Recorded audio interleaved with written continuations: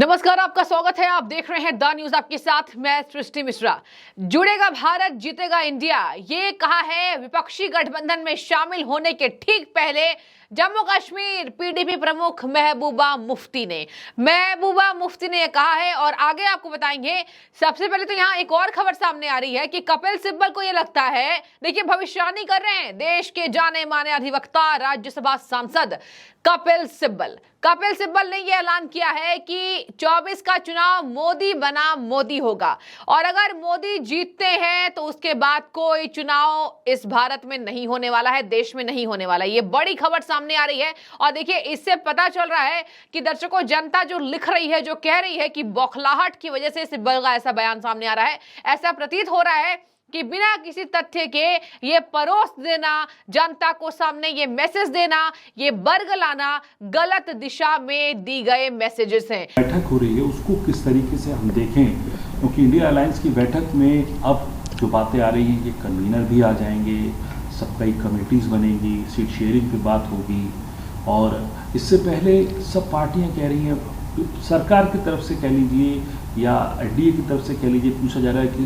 बारात का दूल्हा कौन है, लेकिन सभी लोग कह रहे हैं कि नेता बहुत हैं, राहुल गांधी हों, नीतीश कुमार हों, ममता बनर्जी हों, खड़गे जी हों, सब जो हैं सारे नेता हैं, लेकिन हमारा गोल इस वक्त ये है कि किस तरीके से 2024 में आगे बढ़ा। अभी पीछे मेरा ख्याल रुचि शर्मा जी इकोनॉमिस्ट हैं, उन्होंने एक इंटरव्यू दिया है इंडियन एक्सप्रेस में, वो आज के दिन छपा भी है। अगर उस पर आप गौर से पढ़ोगे तो उन्होंने कहा है कि 2024 की लड़ाई will be Modi versus Modi. क्यों वर्सेस मोदी? क्योंकि जो मोदी जी ने पिछले 11 साल में करके दिखाया है, तो जनता उसकी आलोचना करेगी। जनता को मालूम है कि असलियत में हुआ क्या है।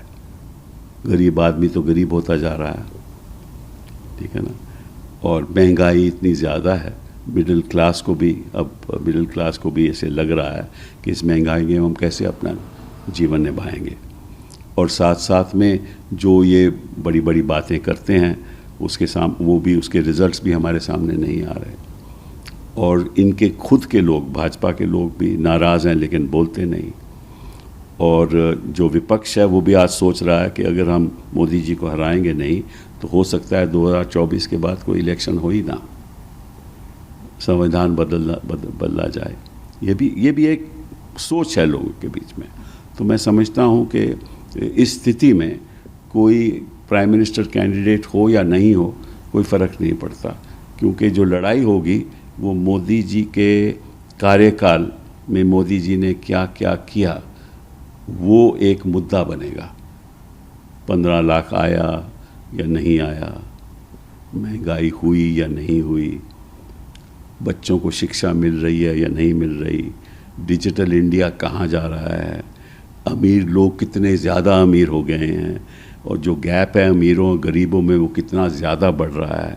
ये मुद्दे देश के सामने आएंगे। महिलाओं के लिए क्या हो रहा है, जो अराजकता बढ़ रही है, जो कम्युनल टेंशन बढ़ रही है, जो हिंसा का माहौल बन गया है, जो बच्चे भी उस संदर्भ में भाषण देने लगे हैं, और बिना सोच समझ के जो सरकारें हैं, वो जो प्रोसेशन हो रहे हैं वीएचपी के और ये इन लोगों के बजरंग दल में, उस पे रोक नहीं लगाई जा रही, कम्युनल एजेंडा बढ़ाया जा रहा है, ये ही मुद्दे होंगे। और देखिए, ये मैसेजेस देने का काम अधिवक्ता जी कर रहे हैं। अधिवक्ता जी कह रहे हैं कि बीजेपी अगर जीतेगी तो 24 के बाद कोई चुनाव नहीं होंगे। ऐसा लग रहा है कि मुख्य चुनाव आयोग कपिल सिब्बल हैं, ऐसा लग रहा है कि भारत में संविधान लिखने वाले कपिल सिब्बल हैं, ऐसा लग रहा है कि चुनाव के नियम लिखने वाले कपिल सिब्बल हैं, और ऐसा लग रहा है 24 के चुनाव के बाद भारत में कुछ बड़ा बदलाव होने वाला है, ये बताने वाले कपिल सिब्बल हैं। दर्शकों, जनता का गुस्सा फूट पड़ा है कपिल सिब्बल के ऊपर। अब मैं आपको बता दूं क्यों। पहले तो आज तमाम विपक्षी पार्टियां रवाना हो चुकी हैं। तीसरी बैठक आज मुंबई में है, और देखिए यहां पर तीसरी बैठक के बीच महबूबा मुफ्ती निकल पड़ी हैं और कह रही है जुड़ेगा भारत, जीतेगा इंडिया। इंडिया मतलब INDIA alliance, Indian developmental exclusive alliance, जो इनका नाम है। और देखिए यहां पर महबूबा मुफ्ती के बाद कपिल सिब्बल एक तो धारा 370 का मामला सुप्रीम कोर्ट में अटका है, 1 दर्जन से ज्यादा याचिका पर लगातार सुनवाई हो रही है। सीजेआई ने कह दिया अभी इसकी संवैधानिकता पर सुनवाई जारी रहेगी, लेकिन केंद्र सरकार की तरफ से पक्ष रखने वाले एसजी यानी सॉलिसिटर जनरल का जो बयान सामने आया उसको सुप्रीम कोर्ट ने सराहा। उसकी बात हम बाद में करेंगे क्योंकि सिब्बल जी वहां भी अटके पड़े हैं, सिब्बल जी को वहां भी फटकार लगी है और कपिल सिब्बल अभी देखिए लगातार ऐसा लग रहा है कि विपक्ष की तरफ से सबसे बड़े नेता के बतौर काम कर रहे हैं। एक तो धारा 370 पर दलील देना, मुख्य सीजेआई से डांट खाना और ये बताना, सीजेआई ने कह दिया कि आपने गलत तथ्य रखे हैं और धारा 370 पर यहां पर किसी भी तरीके से जनमत संग्रह कराने का कोई चांस बनता ही नहीं। और देखिए यही नहीं, कपिल सिब्बल को ऐसा लग रहा है कि 24 के चुनाव के बाद मोदी बना, मोदी ये चुनाव 24 का पहले तो, और उसके बाद कोई चुनाव देश में होगा ही नहीं। इसके साथ मैं आपको बता दूं 2 बार बहुमत के साथ प्रधानमंत्री आए हैं देश में और देखिए यहां पर कहा जा रहा है कि इस बार तीसरी बार मोदी के कार्यकाल का इवैल्यूएशन होगा। यह अधिवक्ता ने कहा है कपिल सिब्बल ने कि 10 साल के कार्यकाल का चिट्ठी ये जनता उनको सौंपेगी, जनता उन्हें इस बार जवाब देगी।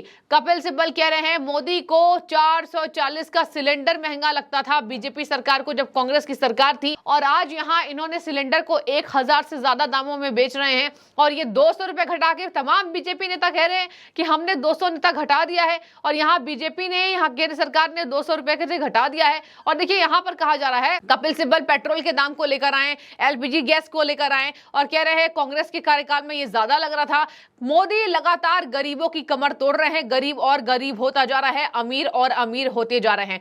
मोदी सरकार को जनता रिपोर्ट सौंपेगी, 10 साल के कार्यकाल का चिट्ठा बताएगी और 10 साल के कार्यकाल में केवल झूठ बोले, केवल जुमलेबाजी की है। अब मैं आपको याद दिला दूं कि ये जुमलेबाजी में चंद्रयान 3 की सफल लैंडिंग भी आती है, ये जुमलेबाजी में आपको बता दें यहां पर ब्रिक्स सम्मेलन आता है, ये जुमलेबाजी में भारत की 5वीं अर्थव्यवस्था बनने की कवायद तेज जो हो चुकी थी वो आता है, अब तीसरी बनने की तैयारी तेज है। इस जुमलेबाजी में भारत यूक्रेन के बीच समझौते के तौर पर पीएम मोदी भारत को नेतृत्व करते हुए वो जुमलेबाजी में आता है। और आपको मैं अंत में बताती जाऊं यहां पर G20 का सम्मेलन जुमलेबाजी में आता है। ये जनता लिख रही है, मैं पक्ष नहीं रख रही हूं। और देखिए इसी बात से जनता नाराज है कपिल सिब्बल से। कपिल सिब्बल का सम्मान बेहद देश के अंदर, देश के जाने माने वकील और देखिए वरिष्ठ हो चुके हैं, उनको गजब की नॉलेज है, जानकारी गजब की है। और देखिए इन कानून के जानकार ऐसा कह रहे हैं कि 24 के बाद चुनाव नहीं होगा। आखिर किस बात से वो कह रहे हैं, आखिर वो वजह है कि क्या कांग्रेस पार्टी उन्हें कोई स्क्रिप्ट दे रही है, ये जनता लिख रही है। आगे मैं आपको बता दूं कपिल सिब्बल यही नहीं रुक रहे हैं, लिख रहे हैं कि पीएम के सामने विपक्ष का उम्मीदवार बनने का कोई मतलब है ही नहीं। मतलब कि इन्होंने सभी पीएम के उम्मीदवारों पर पानी फेर दिया दर्शकों को। पीएम उम्मीदवार ममता, केजरीवाल, नीतीश, लालू, राहुल, अखिलेश, ये सब पीएम उम्मीदवार हैं। इनके प्रवक्ता चाह रहे हैं ये पीएम उम्मीदवार बने, इन पर तो कपिल सिब्बल ने पानी फेर दिया। क्यों आप सोच रहे होंगे मैं ऐसा क्यों कह रही हूं? कपिल सिब्बल ने बयान दिया है कि उम्मीदवार का कोई सवाल बनता ही नहीं है, उम्मीदवार के कोई मायने ही नहीं है। यानी कपिल सिब्बल को पहले से ही लग रहा है कि उम्मीदवार बनाए जाने का कोई मतलब नहीं निकलेगा पीएम मोदी के सामने। ये तो कपिल सिब्बल बीजेपी की बात को सच कर रहे हैं। बीजेपी देखिए क्या कह रही है, बीजेपी कह रही है पीएम मोदी का मुकाबला विपक्ष का एक नेता नहीं है जो कर सकता है। राहुल को लॉन्च करने की कोशिश फेल हो जा रही है, बाकी कौन बचा? क्या ममता आएंगी, क्या नीतीश आएंगे? नीतीश पे तो बिहार की जनता भरोसा नहीं करती है, बाकी क्या करेगी? लालू यादव कर नहीं सकते। इन्हीं सब बातों के मद्देनजर कपिल सिब्बल ने कह दिया कि विपक्ष का उम्मीदवार होने का कोई चांस नहीं बनता है। सिब्बल ने दोहरा दिया चुनाव का एजेंडा, 15 लाख रुपए का वादा, महंगाई, शिक्षा की स्थिति, डिजिटल इंडिया पहल की प्रगति, अमीर और गरीब के बीच का अंतर, बढ़ती अराजकता, सांप्रदायिक तनाव, महिलाओं के लिए क्या किया जा रहा है जैसे मुद्दे होंगे। और देखिए यहाँ पर महिलाओं के मुद्दे को लेकर कर्नाटक कांग्रेस भी घिरी थी। अब मैं आपको बता दूं इन्होंने कहा है कि तीसरी बैठक हम संविधान को बचाने की कोशिश करेंगे, सीटों का बंटवारा होगा मुंबई में, इसलिए पूरा विपक्ष जुट रहा है। बैठक में अन्य एजेंडों के साथ समूह लगातार लोगों का अनावरण होने की उम्मीद है। मतलब आम लोगों के बीच कैसे जाएं ये भी बात तय करेगी। बीजेपी भी कह रही है कि आम लोगों के बीच बीजेपी जाएगी। खैर आपको बता दें इन्होंने कहा कि इस ब्लॉक का हिस्सा बिहार के सीएम नीतीश कुमार ने भी आगामी बैठक में इसके संभावित विस्तार का संकेत दिया है।